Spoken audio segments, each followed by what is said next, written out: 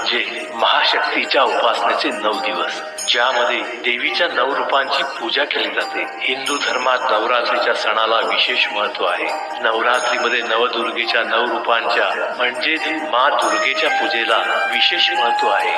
मा दुर्गेच्या या रूपांना महाशक्ती म्हटले जाते. हिंदू धर्मग्रंथामध्ये मा दुर्गेच्या जन्मापासून ते महिषासुराशी झालेल्या युद्धापर्यंत आणि युद्धातील विजयापर्यंत तिच्या शक्तीच्या अनेक रूपांमध्ये व्याख्या केली गेली आहे. दुर्गा कवच हा जगातील सर्वात शक्तिशाली मंत्र आहे. या कवचासारखा दुसरा कोणताही संरक्षक कवच नाही.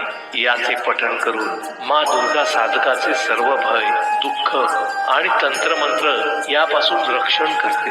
मा दुर्गा ही नकारात्मक ऊर्जा दूर करणारी देवी मानली जाते. दुर्गा कवच पठण केल्याने वाईट नजर, तंत्रमंत्रातील अडथळे, भूतप्रेतातील अडथळे, जादूटोणा इत्यादींपासून संरक्षण मिळते, ज्यामुळे व्यक्ती कोणत्याही तंत्रमंत्राने प्रभावित होत नाही. ज्या साधकाला त्याच्या जीवनात कोणत्याही अडथळ्यांशिवाय प्रगती हवी आहे, त्याने हे कवच पठण करावे.